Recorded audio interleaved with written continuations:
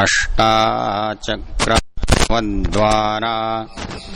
या देवानां पौरयोध्या तस्यां हिरण्मयः कोशः स्वर्गो ज्योतिषावृतः तस्मिन् हिरण्ये कोशे त्रिप्रतिष्ठिते तद्यक्षम् आत्मन्वत् तद्वै ब्रह्मविदो विदुः।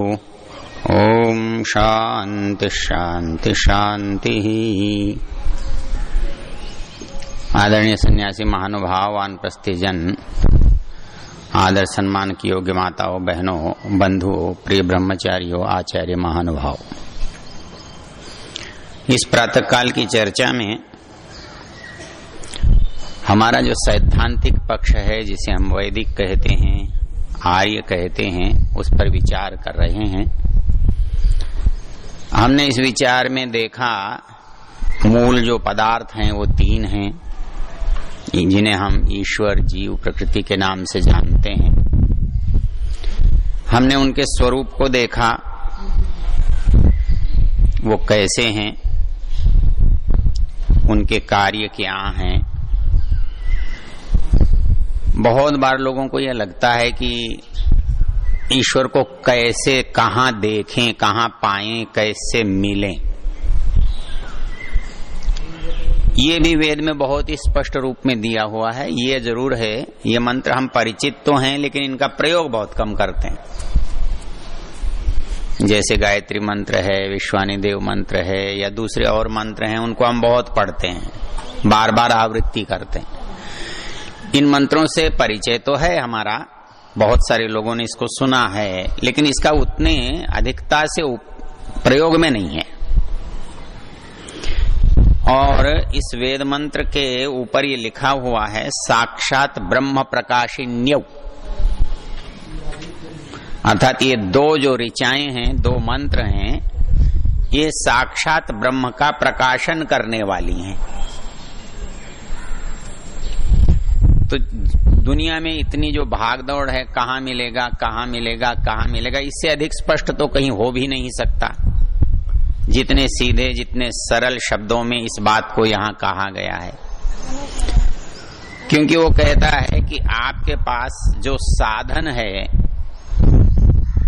यही साधन उसके जानने के लिए उपयोगी है। आप के पास साधन क्या है? आपके पास आपका साधन आपका शरीर है। यदि इसमें परमेश्वर को साक्षात करना संभव नहीं है, तो दुनिया की कोई चीज ऐसी नहीं है जो आपको साक्षात करवा दे। ये साधन मिला ही इसलिए है, इसका प्रयोजन, इसका उद्देश्य ही है कि वो आपको परमेश्वर से मिलाए। यदि किसी सवारी से आप चलें और वो वहां तक न जा सके जहां तक आपको पहुंचना है, तो उस सवारी का लाभ क्या है? ऐसी सवारी लेना कौन चाहेगा? कि आपको बंबई जाना है, साइकिल से चले जाओ, पहुंच तो जाओगे कितने दिन में, जाना तो कल है, फिर कहेंगे कि हवाई जहाज से चले जाओ।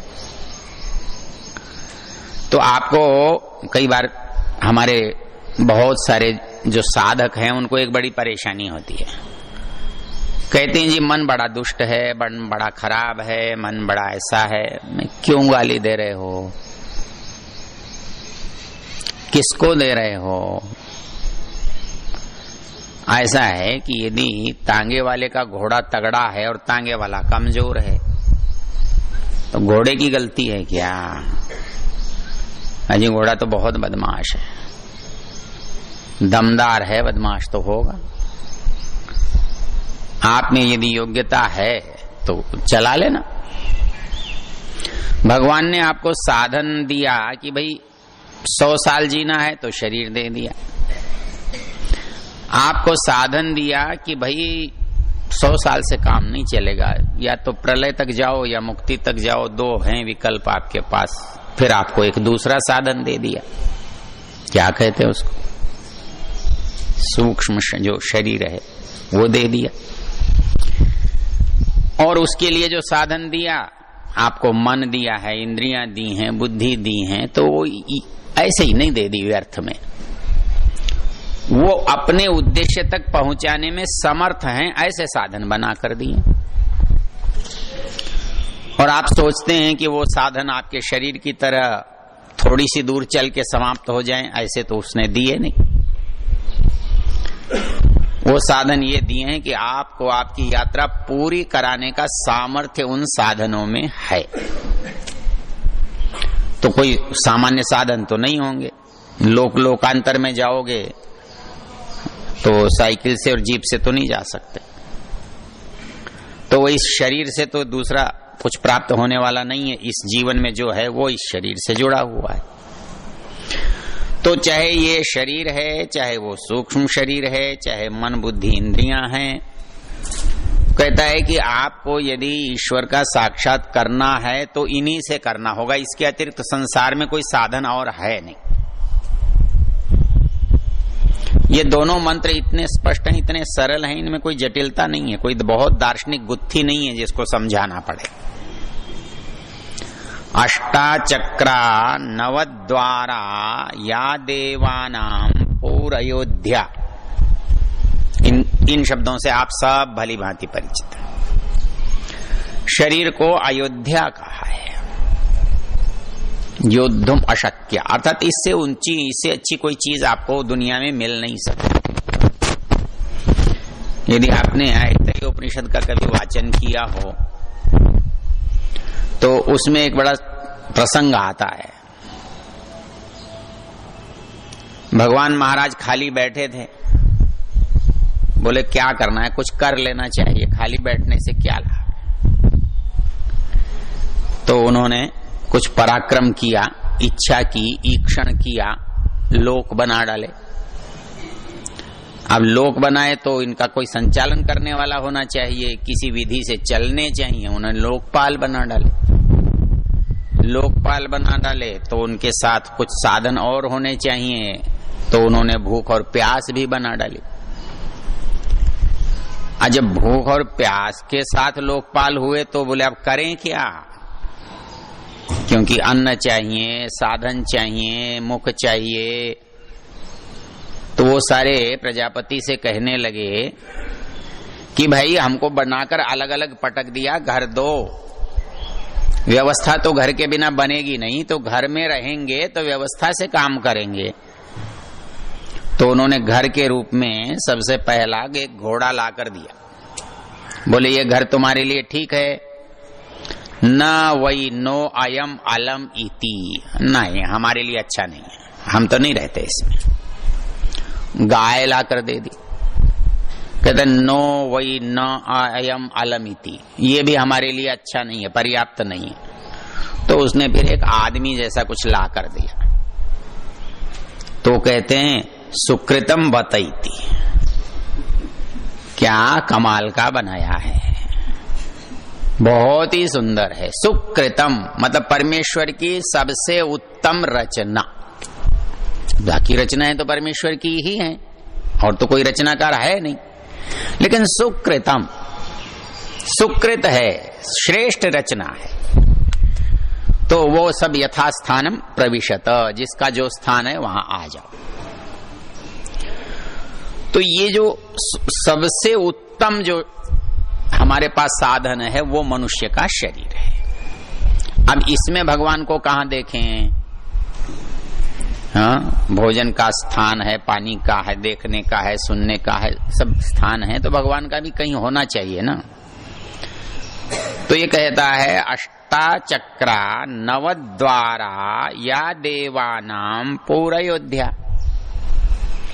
अब ये देवता हैं, इंद्रियां हैं, या जितने ज्ञान हैं, साधन हैं, वो सारे इस पुरी में हैं। देवताओं की नगरी है, इसमें रहेगा तो कोई भलाई आदमी रहेगा, ऐसा वैसा कैसे रहेगा? जो ठीक नहीं है उसको यार, तो आप कहेंगे कि ये चोर डाकू तो इसी में रहते हैं। वो इतने बुरे नहीं थे, इतने बुरे होते तो वो आदमी नहीं बनते। क्योंकि मनुष्य कब बनता है? जब पाप और पुण्य समान होते हैं। तो कितने भी बुरे हों, पर इतने बुरे तो नहीं है कि वो मनुष्य न बन सके। मनुष्य तो उनको बनाया ही गया है, तो गलती से तो नहीं बने, व्यवस्था से ही बने। तो उनसे तो अच्छे हैं, वो चाहें तो बदल सकते हैं अपने आप को। पशु बना देते तो बदलता कैसे, लेकिन यहां अवसर है। तो कहता है ये जो शरीर है ये कौन सा आपके लिए उपयोगी है? कहता है अष्टाचक्रा नवद्वारा। अब इसमें चक्र वाले झगड़े में आप ये मत खोलना कि कौन से अंग को चक्र कहते, वो अंग नहीं है। जैसे मस्तिष्क तो है, लेकिन किसी मसल्स का नाम मस्तिष्क नहीं है। मस्तिष्क उस मसल्स में, मांसपेशी में रहता है, काम करता है। विचार जो है वो मस्तिष्क में रहता है, लेकिन आप इसको चीर फाड़ करके देखें विचार कहाँ है, तो वो तो मिलने वाला नहीं है। तो वैसे ही हमारे शरीर के जो चक्र हैं वो कोई वस्तु विशेष नहीं है, वो स्थान विशेष है। भाई यहां ये बात हो सकती है। तो ये शरीर कैसा है जिसमें 8 चक्र हैं, 9 स्रोत हैं, और ये अयोध्या नगरी है। फिर इसमें कहां ढूंढें? तस्याम हिरण्ययः कोशः। कहता है कि उसमें एक स्वर्ण नगरी है। अब ये स्वर्ण नगरी कैसे पहचानोगे? यहाँ तो सब मांस का लोथड़ा है, हाँ, खून है और क्या है, और कुछ भी तो नहीं है। कहीं कड़ा हो गया तो हड्डी मिल जाएगी। ये कहते हैं नहीं, हिरण्ययः कोशः, हिरणमय कोश है। अब हिरणमय कोश कहाँ है? इस बात को छांदोग्य उपनिषद के 8वें प्रपाठक में आप देखिएगा, दूसरे खंड में। दहरम पुंडरीकम वेश्म। इस शरीर में छोटा सा, दहरम छोटा सा, पुंडरीकम कमल जैसा, वेश्म घर, स्थान। उसके अंदर क्या है? कहता है उसमें दुनिया में जो कुछ है वो सब उसमें है। कितना विचित्र है। इस बात को कैसे समझें? इसको कोई मोटे से मोटा उदाहरण देखें तो आप ये सोचो कि हमारी ध्वनि जो है, आवाज जो है, वो सब जगह व्याप्त है, लेकिन सब जगह पकड़ी तो नहीं जाती। पकड़ी तो किसी विशेष उपकरण से विशेष स्थान पर पकड़ी जाती है।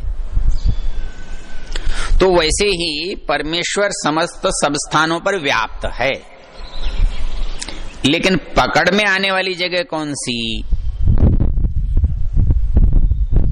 तो जहां पर वो है और वो भी है, तस्याम हिरण्ययः कोशः। अब इसमें एक बात तो बड़ी सिद्ध हो गई कि आप बाहर झक मारते हो, उससे कुछ होने वाला नहीं है। क्यों? कि वो इस नगरी में है। आप किसी को देखने जाओगे तो किसी को शहर में देखोगे, शहर में देखोगे तो घर में देखोगे, घर में देखोगे तो किसी कमरे में, बरामदे में जाकर देखोगे, देखोगे तो किसी आसन पर देखोगे। जब सामने बैठे होगे तब उसको देख पाओगे। तो इस दुनिया में आप भागते फिरो, दुनिया में है ये पता लगा तो आप दूसरी दुनिया से यहाँ आ सकते हो, कि आना तो इस दुनिया में पड़ेगा। इस दुनिया में भी होगा तो कहाँ होगा? कौन से द्वीप में होगा, कि कौन से देश में होगा, कि कौन से प्रांत में होगा, कि कौन से नगर में होगा, कौन से नगर में, कौन से मोहल्ले में होगा, कौन से घर में होगा, कौन से कमरे में, कहीं तो जाना पड़ेगा। तो ये कहता है कि आपको इतना पक्का बता दिया, पूरे पते के साथ भगवान ने भेजा है। यहाँ बेपते घूम रहे हैं, भगवान ने बिना पते भेजा नहीं, पता देकर भेजा, सवारी देकर भेजा, समय स्थान बताकर भेजा, और उस समय के, स्थान के, सवारी के ऊपर बैठ के, उस घर में जाके, मोहल्ले में पहुंच के लोगों से पूछ रहा है कहां जाऊं? अरे भाई जहां जाना था वहां तो तू आया हुआ है, वहां पहुंचा हुआ है, कहां जाना है? यदि तुझे मनुष्य का शरीर मिल गया है तो कहीं भी नहीं जाना है। तुझे वो स्थान, वो वस्तु मिल गई है जहां तुझे पहुंचना है। अब जब मनुष्य अपने शरीर तक ही पहुंच गया तो उससे भगवान कितनी दूर है। अच्छा, इस शरीर को छोड़ के मंदिर में जा रहा है। अब कल्पना करो कि बच्चे को घर में बैठा के मंदिर में ढूंढेगा, मिलेगा? जब आपका घर में बैठाया हुआ बच्चा मंदिर में नहीं मिल सकता तो भगवान कहां से मंदिर में मिलने वाला है? तो भगवान ने साथ देकर भेजा कि जब इच्छा हो तब मिल लेना, और ये स्थान है। अब ये जो स्थान मुझे मिला है इसको आप देखना कैसे? तस्मिन् यद यक्षम आत्मनवत् तद वही ब्रह्म विदो विदुः। अंदर झांक ले, कोई मिलेगा क्या? कहते हैं जी कैसे मिलेगा? अरे भले आदमी आंख तो खोल। अब आंख बंद करके कहता है दिखा दो, कैसे दिखा देंगे भाई? आंख बंद करे तो नहीं दिखा सकते। तो कहते जी आंख तो खुली है। अरे ये तो बाहर की तरफ खुली है। आदमी घर के अंदर है, खिड़की में से झांक रहा है बाहर। कहाँ है जी? अरे भाई खिड़की में से बाहर क्यों झांक रहा है? अंदर झांक। अंदर झांकना तो पहले खिड़की बंद कर। ये खिड़की बंद हो जाएगी तो जब अंदर दिखेगा तो कुछ दिखेगा कि इस कमरे में है क्या, नहीं तो कहां से दिखे? तस्मिन् यद यक्षम आत्मनवत्। अब इसमें एक बड़ी रोचक चीज है। हमारी सब की क्या इच्छा रहती है? कोई बता दे कि कैसा होता है। अच्छा, यदि वो बताया ही जा सकता तो फिर कैसा ही क्या होता? उसकी एक विचित्रता और विशेषता क्या है कि जब वहां आदमी पहुंचता है तो वो खुद नहीं रहता, और खुद रहता है तब तक वो नहीं रहता। वैसे जो अद्वैत वाला शब्द है ना, शब्द गलत नहीं है। शंकराचार्य ने जो अद्वैत शब्द का प्रयोग किया है वो वैसे गलत नहीं है। क्यों गलत नहीं है? आदमी जब भी किसी के बारे में सोचता है तो अपने बारे में नहीं सोचता। चाहे आप अपने बीवी बच्चों के बारे में सोचो, खेत खलिहान के बारे में सोचो, गांव के बारे में सोचो, मित्र मंडल के बारे में सोचो। जब उस बारे में सोच रहे होते तो दूसरे किसी भी बारे में आप नहीं सोच रहे होते। तो जिस समय आप उसके बारे में सोच रहे होगे तो आप अपने बारे में नहीं सोच रहे होगे, और जिस दिन आप अपने विषय में सोच रहे होगे तो उस दिन उसके विषय में नहीं सोच रहे होगे। आप क्या चाहते हैं? अपने बारे में भी सोचूं और उसके बारे में भी सोचूं। वो तो वहां ऐसा कुछ है नहीं, ऐसा संभव नहीं। क्योंकि जिस समय जब व्यक्ति अपने आप को ही देख लेता है तो वो किसको बताएगा कि मैं अपने आप को देख रहा हूं? किसको बताएगा? वो देखने वाला भी स्वयं है, दिखने वाला भी स्वयं है। जब है ही एक, बताएगा किसे?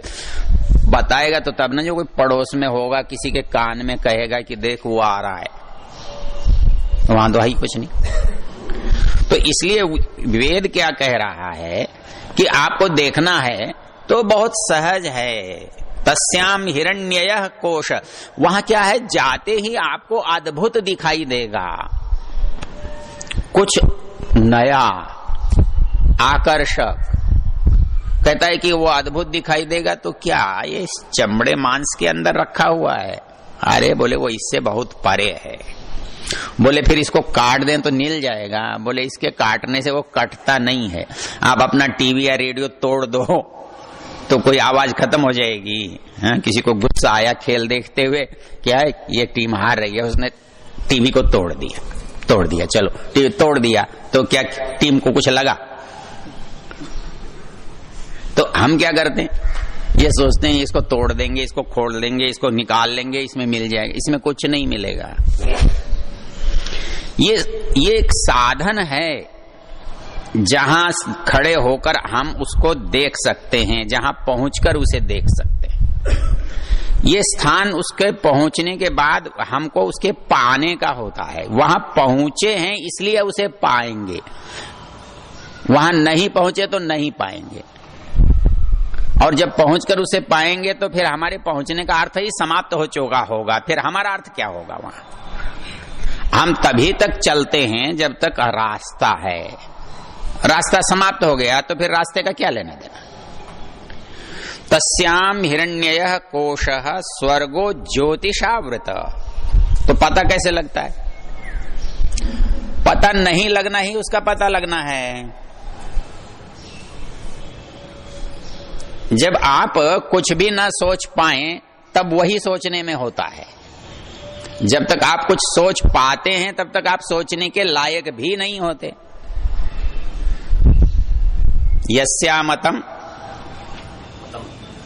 यस्यामतम तस्य मतम मतम यस्य न वेदस अविज्ञातम विजानताम विज्ञातम अविजानतम। जो कहता मैं जानता हूं वो मूर्ख है, कुछ भी नहीं जानता। क्यों? उसके जानने के बाद समझ में ही ये आता है कि वो जाना नहीं जा सकता। उसके जाना नहीं जा सकने की जो सीमाएं हैं वही उसके जानने का सबसे बड़ा प्रमाण है।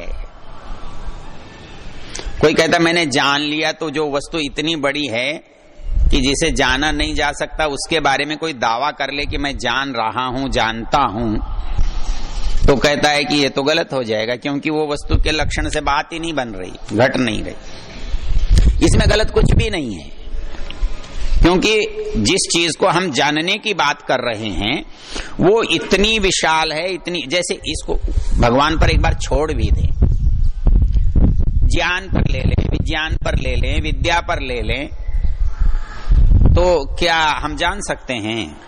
विद्या की भी तो वही विशेषता है, आप इसको जितना अधिक जानते हैं उतना ही नहीं जानने का बोध होता है, जानने का बोध नहीं होता। एक आदमी चिकित्सक बना है, शरीर के सब व्याधियों की चिकित्सा करता,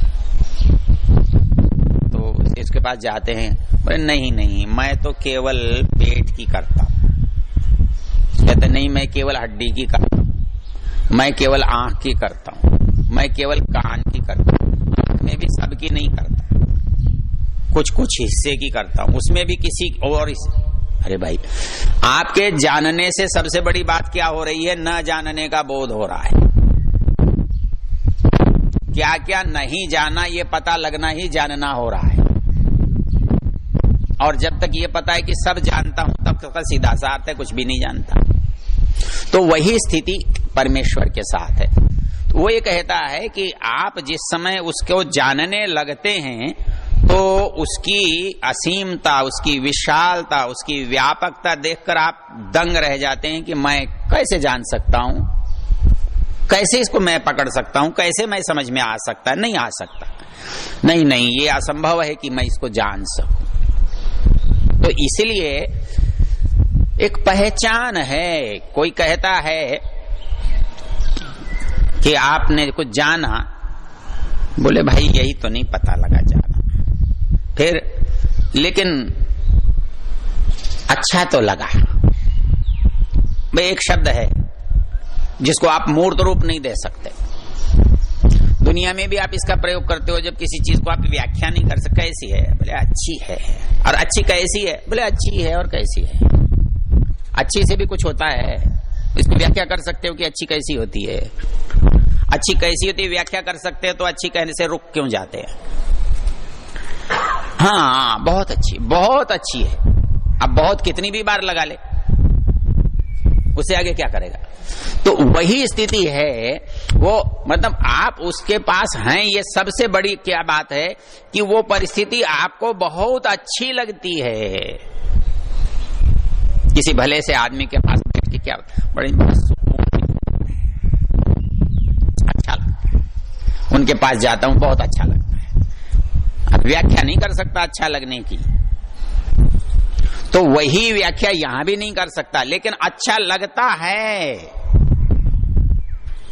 आपको जिस दिन संध्या करना अच्छा लगता है उस दिन समझ लेना कि भगवान के नजदीक हो। झगड़ा क्यों करते हो? ये अच्छा लगना जो है ये प्रभाव है।